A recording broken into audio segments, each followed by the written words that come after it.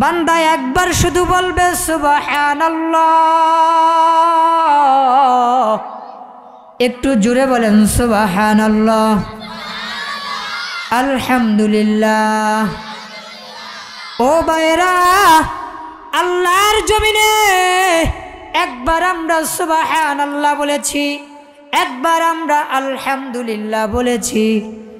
আল্লাহ পাকের হাবিব হাদিসের মধ্যে বলেছেন, আল্লাহর যেই বান্দা বান্দিরা আল্লাহরে মায়া করে, আল্লাহকে স্মরণ করে ডাকে, ডাক দেয়, মালিক রে ডাকে, মালিক রে মন থেকে ডাকে, স্মরণ করে, আমাদের নবী জানায়া দিয়েছেন এই স্মরণ করার কারণে কি লাভ, কি লাভ। এই দুনিয়ার জমিনে বান্দা বলবে, আল্লাহরে ডাকবে, বান্দার জবান থেকে আল্লাহর নামের ধ্বনি উচ্চারিত হয়। এই ধ্বনিগুলো কত দামি, কত দামি। আল্লাহর নবী বয়ান করেছেন, হাদিসের মধ্যে এসেছে, বান্দা বলে সুবহানাল্লাহ, বান্দি বলে সুবহানাল্লাহ, আলহামদুলিল্লাহ, লা ইলাহা ইল্লাল্লাহ, আল্লাহু আকবার। সবাই বলেন আল্লাহু আকবার। এই কথাগুলো বান্দা বান্দিরা বলবে। আল্লাহ নবী জানায়া দিলেন, এই আল্লাহ পাকের এই তাসবিহাতগুলো, হামদগুলো বান্দা বলার সাথে সাথে, আল্লাহর বান্দিরা বলার সাথে সাথে আল্লাহ পাক এই কথাগুলো বান্দার বলতে দেরি হয়, বান্দির বলতে দেরি হয়। ওই বান্দা বান্দির মুখ থেকে বের হওয়ার পর সাথে সাথে আল্লাহ পাক রব্বুল আলামিন এই প্রশংসাগুলো, তাসবিহাতগুলো আসমানে উঠায়া নেন। সুবহানাল্লাহ। জমিনে বলবো আল্লাহরে ডাকবো, আল্লাহরে ডাকবো, জমিনে মাটির মধ্যে বৈশা, এই কার্পেটের মধ্যে, চট্টির মধ্যে বৈশা বলবো আল্লাহরে ডাকবো। আমার আল্লাহ এত দয়াবান, এত মায়া করে, এত মহব্বত করে বান্দারে, বান্দিরে। বান্দা তুই ওই দুর্বল জবান দ্বারা আল্লাহরে স্মরণ করলি, আল্লাহ তো এত মায়াকারী, মহব্বতকারী, তোমার জবানের এই তাসবিহাতটা আল্লাহ উঠায়া নেওয়া যায়। হাদিসের মধ্যে আসছে, বান্দা বান্দিদের এই তাসবিহাতগুলো আল্লাহ পাকের মহা আরশ, আরশে আজিমের চতুর্দিকে বান্দাদের এই সুবহানাল্লাহ বলাটা, আলহামদুলিল্লাহ বলাটা ওই আরশে আজিমের চতুর্দিকে মৌমাছির মতো গুনগুন করতে থাকে। সুবহানাল্লাহ। তাহলে জমিনের মধ্যে আল্লাহরে ডাকলে এই ডাকগুলো, এই প্রশংসাগুলো আমার আল্লাহ কোথায় নিয়ে যান? জোরে বলেন, কোথায় নিয়ে যান? আরশে আজিমে।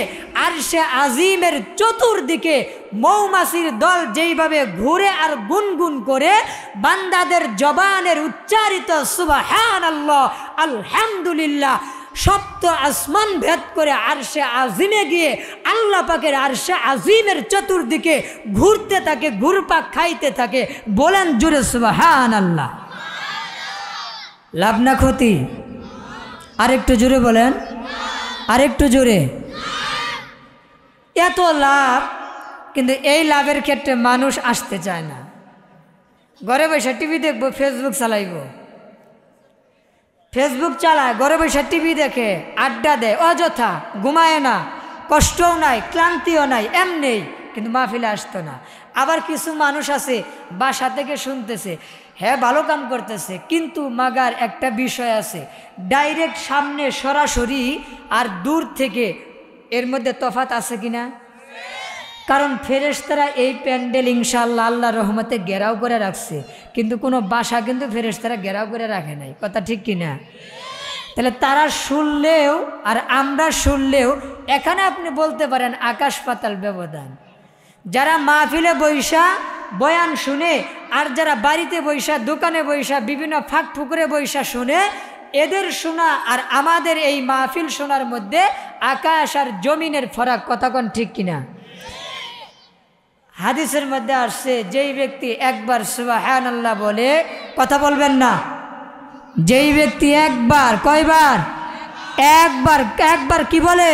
সুবহানাল্লাহ বলে আল্লাহ পাক ওই বান্দার আমলনামা আসমান থেকে জমিন পর্যন্ত নেকির দ্বারা ভরপুর করে দেন। আল্লাহর কি অভাব আছে নাকি? জুড়ে বলেন, আল্লাহ পাকের অভাব আছে? আল্লাহ চাইলে শুধু এই আসমান থেকে জমিন না, আল্লাহ যদি কোন সপ্ত আসমানের প্রতিটা আসমান, একটা আসমান থেকে আরেকটা আসমানের যে দূরত্ব, খালি জায়গা, আরেকটা আসমান থেকে আরেকটা আসমান, এইভাবে যত খালি জায়গা আছে আল্লাহ যদি চান বড়াইয়া দিতে পারেন না সওয়াব দ্বারা? পারেন কিনা? এজন্য আল্লাহ পাকের বেশি স্মরণ আমাদের করতে হবে। কথা বলেন ঠিক কিনা? আল্লাহ পাকের বেশি স্মরণ বান্দা যদি করে, ও বান্দা তোমার এত দাম, এত দাম, এত ফজিলত তোমার হয়ে যাবে বান্দা, তুমি বুঝবা না দুনিয়ার জমিনে, বুঝবা না দুনিয়ার জমিনে। যেই দিন তোমার দুইটা চক্ষু বন্ধ হয়ে যাবে, আপনজন কেউ তোমার সাথী হবে না, তোমার সম্পদের কোনো অংশ তোমাকে দেওয়া হবে না। এমন একটা সময় যখন আসবে, ও বান্দা দুনিয়ায় জীবিত থাকাকালীন, নিঃশ্বাস চলাকালীন যত আমল করেছ, আল্লাহ পাকের হুকুম মেনেছ, আল্লাহর ডাক ডেকেছ, আল্লাহ পাকের বড়ত্বের গান গেয়েছ, আল্লাহ যা চান ওই কাজগুলো বান্দা তুমি করেছ, আল্লাহ যেগুলো নিষেধ করেছেন নিজেরে বাঁচায় রাখছ, তোমার বড় লাভ, তোমার বড় লাভ। কেমন লাভ? আল্লাহ পাক মানুষে এত মায়া করেন, ভালোবাসেন। মনে রাখবেন আল্লাহর চাইতে আপন দুনিয়াতে আর কেউ নাই, কেউ নাই। কেমন আপন? বান্দা নিয়ত করছে একটা ভালো কাজ করবে, বান্দা নিয়ত করছে একটা নেকির কাজ করবে, আল্লাহ পাক ফেরেশতারে আদেশ করেন, ও ফেরেশতা আমার বান্দা নেকের নিয়ত করেছে। হাদিসের মধ্যে নবী জানায় দিয়েছেন, আল্লাহ পাক ফেরেশতারে আদেশ করেন, বান্দা যে ভালো কাজের নিয়ত করেছে, ও ফেরেশতা বান্দা করার আগে এই বান্দার নিয়তের কারণে, ভালো কাজ করার নিয়তের কারণে বান্দার আমলনামায় একটা নেকি, একটা সওয়াব তোমরা লিখে নাও। সুবহানাল্লাহ। বান্দা এখনো পর্যন্ত ভালো কাজটা করে নাই, কেবলমাত্র বান্দা নিয়ত করেছে, অন্তরে অন্তরে খেয়াল করেছে আমি একটা ভালো কাজ করব, কালকে ফজরের নামাজ আমি আদায় করব, কালকে রাস্তায় ভিক্ষুকের সাথে দেখা হইলে একটা টাকা দান করব। এই যে নিয়ত করেছে, বান্দা এখনো ফজর আদায় করে নাই, এখনো পথের ভিক্ষুকরে টাকা দান করে নাই, কিন্তু আল্লাহ, আমাদের আল্লাহ এত দয়ার আল্লাহ, এত মায়ার আল্লাহ, বান্দার নিয়তের কারণেই, বান্দার ইচ্ছার কারণেই বান্দাকে আল্লাহ পাক একটা নেকি দান করেন। সুবহানাল্লাহ। আল্লাহর নবী জানিয়ে দিয়েছেন, বান্দা যখন নিয়ত করে, ওই নিয়তের পর বান্দা যখন আমলটা করে, ওই নেক কাজটা যখন বান্দা সম্পাদন করে, ফজরের নামাজের নিয়ত করেছে বান্দা রাত্রিবেলায়, ফজরের সময় বান্দা ফজরের নামাজ আদায় করলো, ফজরের যে সওয়াব এটা তো বান্দা পাইবে ইনশাআল্লাহ, কিন্তু নিয়ত অনুযায়ী নামাজ আদায় করার কারণে আল্লাহ পাক ফেরেশতাদেরকে আদেশ করেন, বান্দা যেহেতু নেক কাজের নিয়ত করার পর বাস্তবায়ন করেছে, বান্দা যেহেতু নিয়ত করার পর আমলে পরিণত করেছে, আল্লাহ পাক ফেরেশতাদেরকে আদেশ করেন বান্দার আমলনামায় একটা নেকির কাজ করার বদৌলতে 10টা নেকি লিখে দেওয়ার। সুবহানাল্লাহ। তারা একটা নেকির নিয়ত করলে, ভালো কাজের নিয়ত করলে আল্লাহ পাক বান্দারে কয়টা সওয়াব দেন? একটু জোরে বলেন, কয়টা? একটা। একটা কয়টা? নিয়ত করার কারণে বান্দারে আল্লাহ পাক একটা নেকি দান করেন, আর ওই নিয়ত অনুযায়ী বান্দা আমল করার কারণে আল্লাহ পাক বান্দারে কয়টা নেকি দান করেন? আর একটু জোরে কর না, ওয়াজ মনে হয় বুঝেন নাই।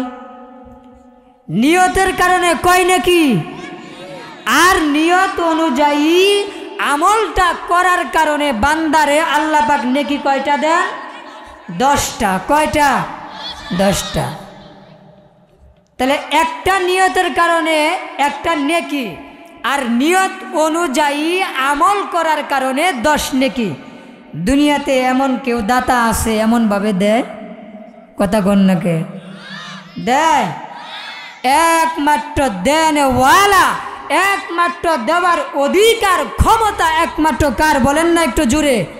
আল্লাহর। কার? আল্লাহ।